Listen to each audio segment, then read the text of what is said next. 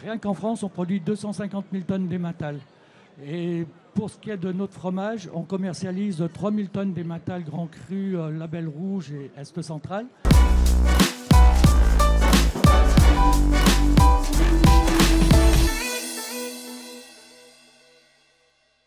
Voilà, donc après, avec un Emmental Grand Cru, c'est un fromage qui est beaucoup plus gros qu'un comté. Un comté, ça pèse à peu près 40 kg. Un Emmental Grand Cru, Label Rouge et IGP, lui, il va peser 75 à 80 kg. Quand même, ça fait un beau fromage quand Voilà, même. Hein. donc en général, quand on ouvre un fromage, on ne le fait pas avec un couteau comme ça. Parce qu'il est Alors combien de litres de lait? Alors pour fabriquer un fromage de 75-80 kg, il faut à peu près 900 litres de lait. 900 litres de lait.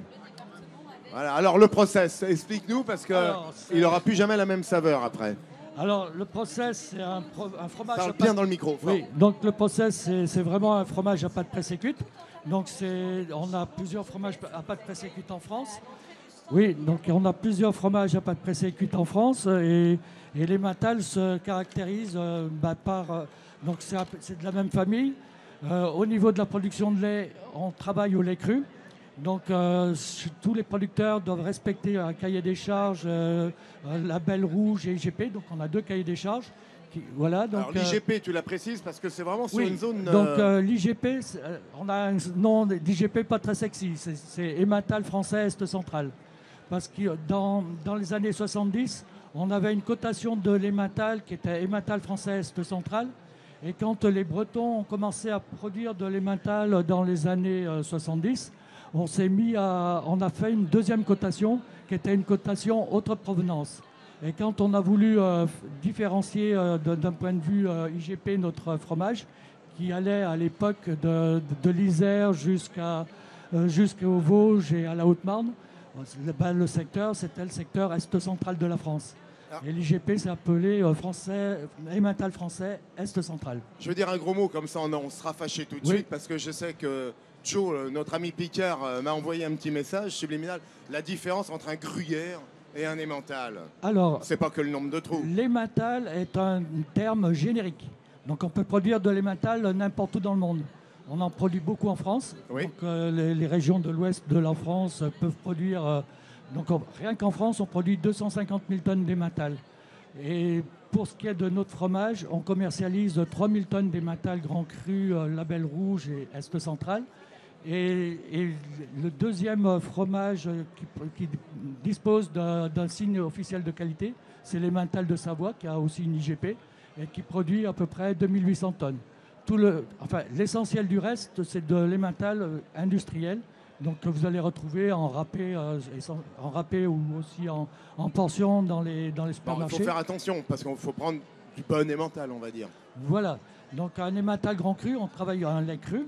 Donc ça va nécessiter déjà au niveau de la production de lait l'interdiction de tout ce qui est produit fermenté dans l'alimentation des vaches. Donc c'est de l'herbe et du foin au niveau du fourrage de base. On interdit aussi tout ce qui peut donner un mauvais goût au lait. Donc c'est tout ce qui est feuilles d'aliacées, feuilles de crucifères, feuilles de betterave sont interdites dans l'alimentation des vaches. On interdit aussi les OGM en filière Emmental Grand Cru.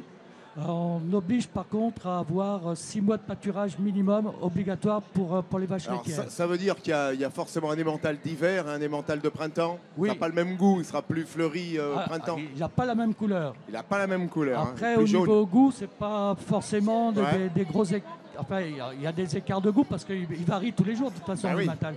On travaille un lait cru, donc le fromager va devoir s'adapter chaque jour quand il va recevoir du lait à Emmental Grand Cru. S'il y a eu un orage, par exemple, la veille, on va avoir une composition en micro-organismes dans le lait qui va être différente du jour où il a fait très sec.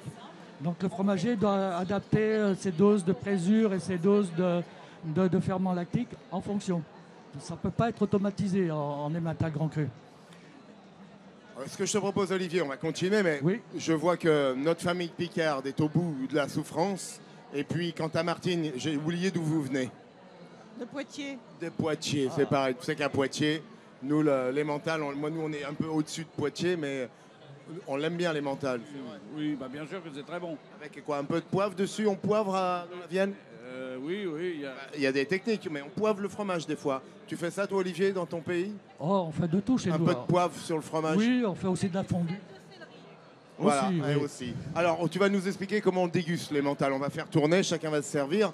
Et puis, on va te suivre avec amour et passion. Donc, l'emmental grand cru, il se déguste comme ça. Donc, on va le faire tourner, il faut qu'on le déguste. Donc, je vous propose T'en as trop dit et on n'en a pas assez goûté. Je vous propose de prendre la planche et prendre un cube chacun. Donc, ce qu'on recherche sur un emmental grand cru, label rouge et IGP par rapport à un emmental standard, puisqu'on est label rouge, on doit avoir une qualité supérieure. Ça va être un goût plus fruité qu'un emmental standard. Et en même temps une texture en bouche qui va être plus fondante qu'un emmental standard. Et c'est quelque chose qui est très délicat à obtenir au niveau des fromagers parce qu'au niveau de la fabrication, c'est contradictoire. Alors un petit conseil, parce que tu sais qu'on est moderne maintenant, on met tout au frigidaire. Alors ça annule un petit peu le goût, il faut qu'il respire un fromage. Vaut mieux la cloche à fromage, si on en a une, et puis on le laisse... Après, c'est vrai qu'un emmental risque de transpirer un peu. De couler un peu, de transpirer, voilà. Donc, ce qu'on conseille, c'est de le garder au frigidaire, dans le bas du frigidaire. Et par contre, de le sortir du frigidaire une demi-heure avant le repas, quoi. Avant le repas. Hein, ça, c'est pratique. Il va être un peu froid, mais dès qu'on le... au bout d'une demi-heure, quand il est coupé, vous allez avoir un fromage qui est déjà très fondant. Après, oui, Paul. Vas-y. Juste une question. Le gruyère, la différence avec le gruyère, parce qu'on confond souvent. On l'a posé tout à l'heure, mais tu as vu qu'avec brio, Olivier n'a pas répondu. Je vais répondre quand même. Voilà, donc d'abord, c'est une fabrication au lait cru. Qu'est-ce que c'est le gruyère? Alors, le gruyère était générique aussi, jusqu'à la fin des années 2000. Et on a obtenu, en accord avec les Suisses, la protection de la dénomination gruyère. Donc il y a une protection AOP chez les Suisses, c'est une AOP suisse puisqu'ils ne sont pas européens. Et il y a une protection IGP en France pour un gruyère. Alors les cahiers des charges sont un peu différents. Le gruyère a des petits trous qui sont répartis. Il y aura plus de trous.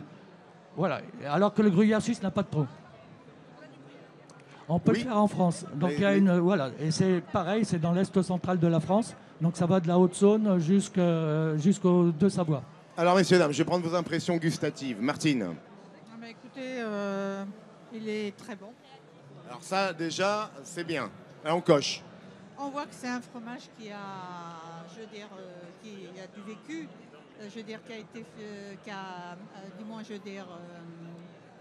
qui a été affiné pendant combien de mois? Alors, l'affinage dure 12 semaines et on a dans le cahier des charges un maximum aussi de durée d'affinage qui est de 8 mois. Il faut savoir, et là je vais commencer à répondre aux autres questions. Il faut savoir que l'affinage d'une pâte pressée cuite, que ce soit du comté, du gruyère ou de l'emmental grand cru, comporte 3 phases. Enfin, en tout cas, pour un emmental traditionnel. Donc, il y a une phase de pré-affinage. Donc, quand le fromage a été démoulé, donc dans notre cas, dans l'emmental grand cru, on va plonger les meules entières dans une saumure saturée en sel. Donc, pendant 24 à 48 heures. Et après, on ne va plus du tout saler le fromage. Ce qui fait qu'un emmental déjà est beaucoup plus volumineux et va avoir un taux de sel moindre qu'un comté, par exemple.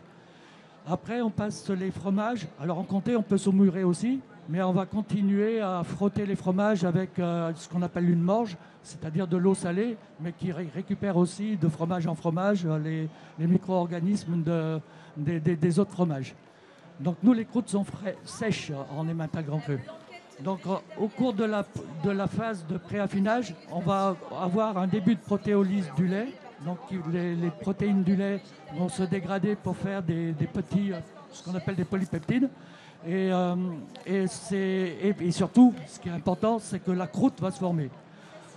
Après, une fois que la croûte est formée, on va transférer les fromages dans une cave de fermentation. Donc en comté, la fermentation se fait maintenant à basse température, ce qui fait que le processus de développement des arômes est beaucoup plus lent qu'en emmental grand cru. En gruyère, les caves sont chauffées à 16-17 degrés, et nous, en emmental grand cru, on chauffe à 22-23 degrés. Donc on a les ferments qui étaient les micro-organismes qui étaient dans le lait cru.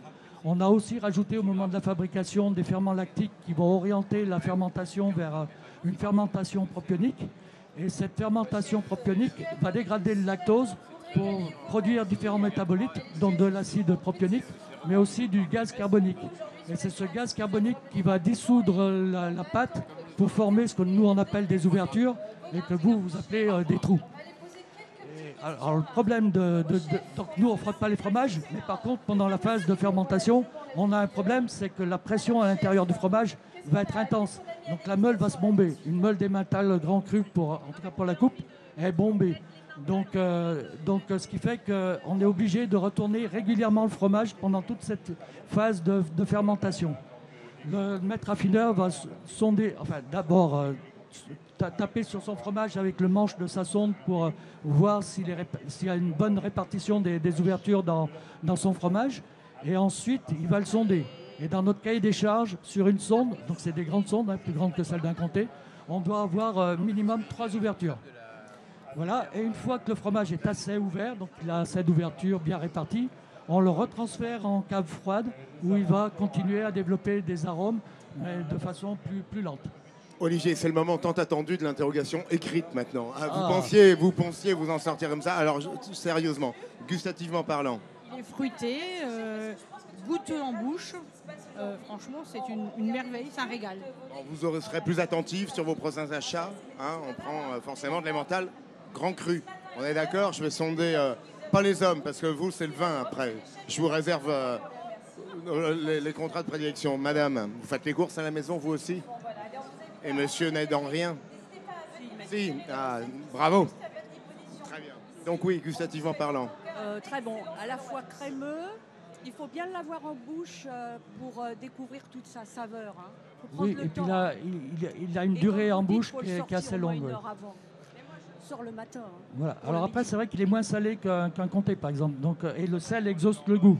Donc, par contre, en cuisine, on va développer les arômes de l'emmental grand cru. Si vous faites des gougères, par exemple, à l'emmental grand cru, vous allez avoir des résultats aussi satisfaisants qu'avec un comté, pas forcément un très vieux comté, mais avec un comté de 8-9 mois, vous aurez un équivalent de saveurs. Alors, ce n'est pas exactement les mêmes saveurs, puisque nous, on a des arômes plutôt propioniques, mais une intensité qui est équivalente. Ensuite, l'emmental grand cru, au niveau de la cuisine, a un deuxième avantage, c'est qu'ils font bien mieux qu'un emmental standard. J'allais venir, oui, on peut l'utiliser en cuisine, c'est pas une hérésie. C'est meilleur même. On conseille aussi de l'utiliser en cuisine. Donc il va beaucoup plus filer, on a fait des tests. Donc sur des pentes, on a testé différents emmentals.